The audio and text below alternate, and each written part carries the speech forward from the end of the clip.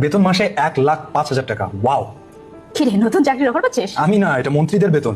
ও তাই বল, শুধু মন্ত্রী কেন, প্রতিমন্ত্রী 92,000 টাকা, উপমন্ত্রী 86,500 টাকা। এটা তো মূল বেতন, এর সাথে মন্ত্রীরা প্রতিদিন 2,000 টাকা ভাতা পান এবং প্রতিমন্ত্রী এবং উপমন্ত্রীরা পান 1,500 টাকার ভাতা। নিজেদের নির্বাচনী এলাকায় যাওয়া আসার জন্য 12,500 টাকা পান। এখানেই শেষ না, একজন মন্ত্রী মাসে সম্মানী ভাতা পান 5,000, টেলিফোন ভাতা 7,800 টাকা, লন্ড্রি 1,500 টাকা, এছাড়া মাসিক ক্রোকারিজ এবং টয়লেট্রিজ কেনার জন্য 6,000 টাকা করে ভাতা পান তারা। আপ্যায়ন ভাতার কথা বলে যাও না, এর জন্য মন্ত্রী পান মাসে 10,000 টাকা, প্রতিমন্ত্রী 7,500 টাকা এবং উপমন্ত্রী পান 5,000 টাকা। আবার চলাচলের জন্য মন্ত্রী, প্রতিমন্ত্রী এবং উপমন্ত্রীরা তো সরকারি খরচ একটা করে গাড়িও পান। শুধু গাড়ি, সেই গাড়ির জন্য 540 লিটার জ্বালানির সমান টাকাও পান। এবং একই সাথে ঢাকার বাইরে যদি তারা কোনো অফিসিয়াল ট্যুরে যান, সেক্ষেত্রে একটা অতিরিক্ত জিপ পান, যার সব খরচ বহন করে সরকার। মন্ত্রী, প্রতিমন্ত্রী, উপমন্ত্রীরা কিন্তু ফ্ল্যাটও পান।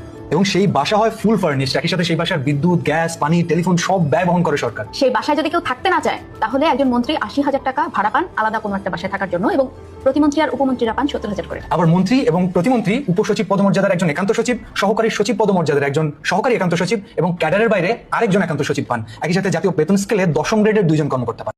তাদের সবার বেতনই কিন্তু সরকার বহন করে। হ্যাঁ, একই সাথে উপমন্ত্রী যিনি হন, তিনি উপসচিব পদমর্যাদার একজন একান্ত সচিব, সহকারী সচিব পদমর্যাদার একজন সহকারী একান্ত সচিব এবং ক্যাডারের বাইরে আরেকজন সহকারী একান্ত সচিব পান।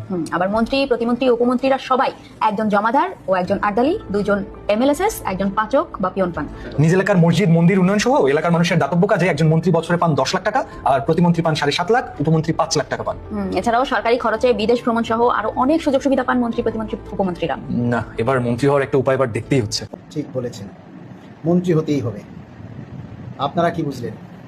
এই সমস্ত এমপি মন্ত্রীদেরকে আমরাই ভোট দিয়ে ক্ষমতায় পাঠাই, কিন্তু তারা এত সব সুযোগ সুবিধা পাওয়া সত্ত্বেও তারা যদি আবার অবৈধভাবে দেশের টাকা বিদেশে পাচার করে আর আমার দেশের মানুষ না খেয়ে মরে, আমরা সরকারি কর্মচারীরা 10 বছর পর্যন্ত পে স্কেল থেকে বঞ্চিত, এই সকল এমপি মন্ত্রীরা আমাদের সেই পে স্কেল বাস্তবায়নের জন্য কি করে সেটাই দেখার বিষয়।